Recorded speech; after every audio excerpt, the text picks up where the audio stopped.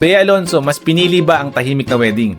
Totoo ba? So finally po, kasal na si Bea Alonso sa businessman na si Vincent Ko. Napakalaking plot twist nito dahil ilang beses nang hindi matuloy-tuloy ang kasal ni Bea Alonso. And take note, 38 years old na po si Bea Alonso and hindi pa rin siya kinakasal. No? Wala namang age limit ang kasal. Pero syempre, finally magiging wife na talaga siya official. And si Vincent Ko naman is 46 years old na. Sabi, nung speculations hindi daw natuloy nung last May 2026, na-cancel kasi maraming hindi pagkakasundo-sundo.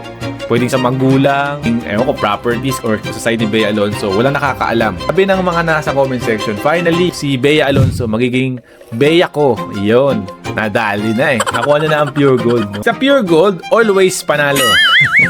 Simple lang yung kasal nila, no? Pero parehong bilyonaryo yung dalawang yan. No? Hindi nila pinakita yung grandeng fairy tale na gusto nating makita, like ina-expect natin. Siguro sa dahilan, no? Dahil pag masyadong malaki, maraming pwedeng pumigil, kamag-anak o mga mahal sa buhay na hindi sang-ayon sa desisyon ng dalawang kasama.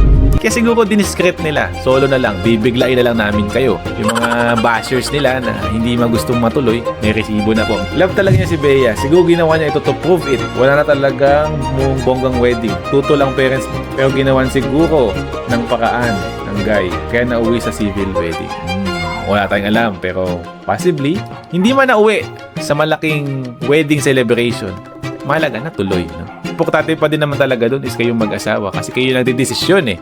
Hindi naman yung mga nasa paligid nyo. Civil wedding or yung wedding na bongga? Maki-comment sa baba anong mas pabor sa inyo.